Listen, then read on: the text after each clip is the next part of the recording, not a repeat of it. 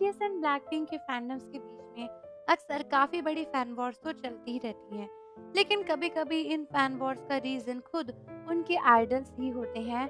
And recently BTS and Blackpink के fandom के बीच में फिर से काफी कॉन्फ्लिक्ट शुरू हो गई है, एक इंसिडेंट को लेकर जहां पर बीटीएस के मेंबर्स की इंसल्ट करी थी ब्लैकपिंक की मेंबर्स ने।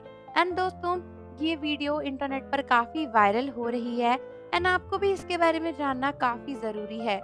तो दोस्तों, ये सब कुछ शुरू हुआ जब ये अनाउंस हुआ कि इस बार ब्लैकपिंक की मेंबर जेनी एक खास अवार्ड्स को अटेंड करने वाली हैं, जो कि हैं MMA म्यूजिक अवार्ड्स। दोस्तों, इन अवार्ड्स की फुल फॉर्म है मेलन म्यूजिक अवार्ड्स। और दोस्तों, इस बार जेनी को इन अवार्ड्स के लिए नॉमिनेट किया गया है और उन्हें एक अवार्ड भी मिला है।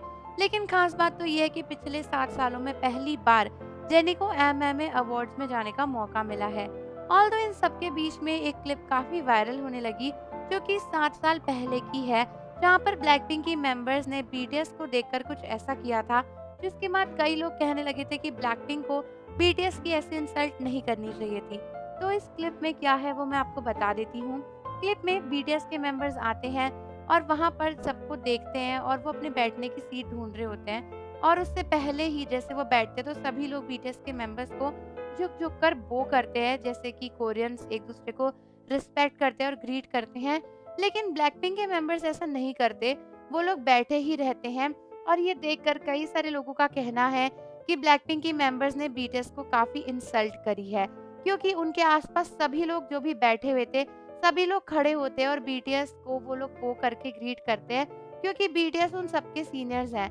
बट ब्लैकपिंक की चारों मेंबर्स बैठी रहती हैं और वो खड़ी नहीं होती, जिसके बाद से ही ये क्लिप बहुत वायरल हुई थी, ये कहते हुए कि ब्लैकपिंक को बिल्कुल भी मैनर्स नहीं है। और तो दोस्तों, मेन बात ये है कि ये सारी बातें 7 साल पहले की हैं एंड इनका अभी कोई भी रेलेवेंस नहीं है। वो तो MMA अवार्ड्स की ही क्लिप है जो कि 7 साल पहले की है एंड उसके बाद अब जाके जेनी इन अवार्ड्स को अटेंड करने वाली हैं, तो लोग इन अवार्ड्स की क्लिप को वापस वायरल करने लगे हैं। बट मुझे ये बात समझ नहीं आती कि भले ही उस समय ब्लैकपिंक की मेंबर्स ने बीटीएस को बो नहीं किया या जो कुछ भी हुआ उस समय की बात उस समय पे ही रहने देनी चाहिए।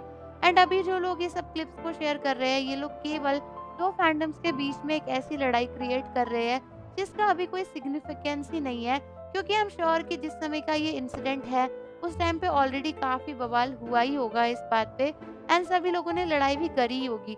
बट अब 7 साल बाद इस क्लिप को दिखाकर लोगों को इधर उधर गुमराह करके ये बोलना कि अरे ब्लैकपिंक ने तो बीटीएस की इंसल्ट करी थी, ये एक तरीके से जबरदस्ती एक फैन वॉर शुरू करने का तरीका है और कुछ नहीं।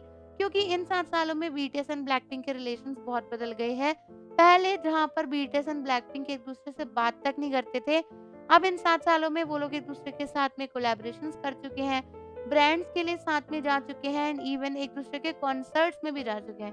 तो मुझे नहीं समझ में आता इतनी पुरानी क्लिप को अभी यूज करने का कोई भी रीजन। तो आप लोग मुझे कमेंट्स में अपने व्यूज बताओ कि क्या आपको वैलिड लगता है इतनी पुरानी क्लिप को वायरल करके दो फैंडम्स के बीच में लड़ाई करवाना। और जाने से पहले चैनल को जरूर सब्सक्राइब कर लो, बेल आइकन प्रेस कर दो। मिलते हैं आपसे अगली वीडियो के साथ।